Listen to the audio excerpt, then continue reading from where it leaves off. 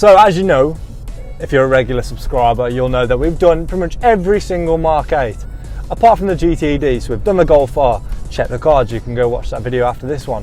We've done the GTI, you can also go check that video out after we've done this one. But what about the GTD? I know it's not the fastest, but we're not going to leave it out. If you're interested in this car at any point during this video, just so you know, this car is available right now at LA Motors, retailing for under 34 grand. And I'll tell you now straight away that this car pretty much has everything that the GTI and the Golf R has. It has literally everything.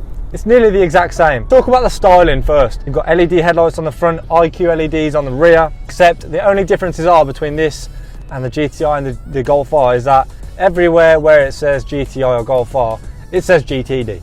So you're still getting a really nice looking car. When I say the whole car is pretty much the exact same, so is the interior. So under the bonnet we have a 2-litre TDI, very famous because it still has 400 newton meters of torque and 200 brake horsepower, which is actually only about 40 brake less than the GTI.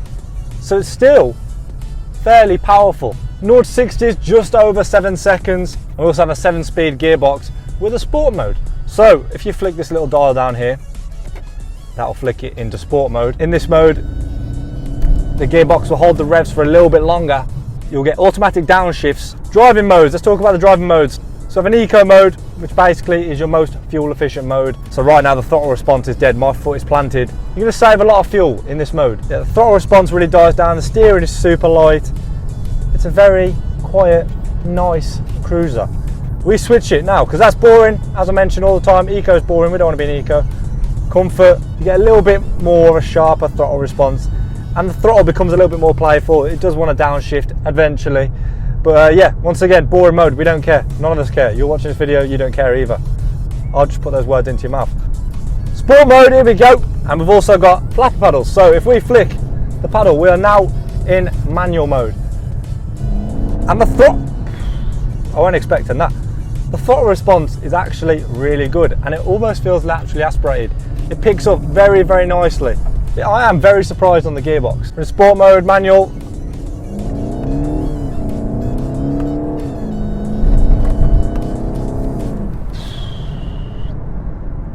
I underestimated this car, I'll tell you that right now. For a 2-litre diesel, it's quick. Also in your manual mode, you get the automatic kick down when you put the throttle down. There's a button at the bottom of the pedal which drops it into its lowest possible gear to give you maximum performance. We also have an individual mode, so if we press mode again, let's go into individual. The screen is actually touchscreen as well, just found that out. And if we press the 3 little lines here, we can change things like the chassis, steering, the drive, the engine sound. So we're going to put that into sport right now. Gives it that little bit more throat in the exhaust sound. Don't know if that's coming through the speakers, but hey ho, still sounds good.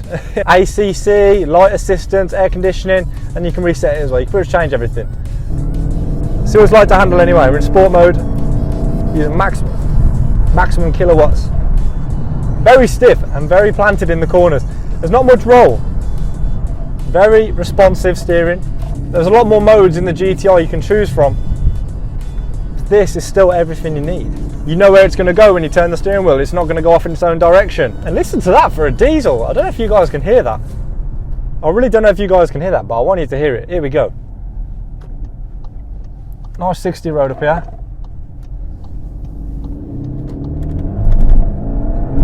Tiniest bit of spin, but we're off. Listen to that. For a diesel as well, for a diesel, this sounds really nice. Standard exhaust and everything. It's got some proper throat to it. Sounds so good. 340D didn't even sound like this. That's a 3-litre turbo. I prefer the sound of this. It's just got that more sporty sound. I've also got super responsive downshifts. Ready? Instant. In a diesel. Anyway, showed you the styling, showed you about how it drives, the way it handles, the different modes. How about we get into a little bit, let's get into the interior real quick. So like the GTIs and the Golf Rs, it's very, very similar. You've pretty much got everything that them cars have. Yes, you have a little bit more sportier modes in those, but once again, you're greeted with this very nice steering wheel, leather wrapped. It's also heated, which you can access from this button right here on the bottom right hand side. You have loads of multifunction settings on the steering wheel. You've got the nice R badge down here. Digital dash as well, virtual cockpit. I don't know if you can see from this angle, but it's almost like a fighter jet, like the GTIs. Everything is pointing towards you. You can access all your light settings on the right hand side.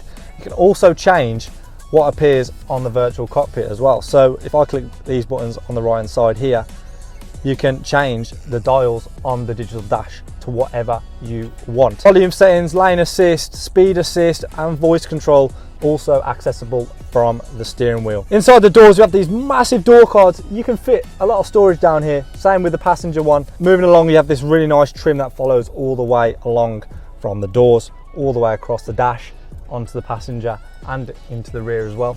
These seats are very, very sporty. We've got half fabric, half Alcantara. We've got very big bolsters holding you in by the legs and the hips as well. Plenty of storage down here. You have also wireless charging. It's a very nice place to put your phone. Into the rear, we've got Alcantara bolsters again, a little bit smaller bolsters this time, but there's still bolsters in the rear. It's not just a perfectly flat rear seat.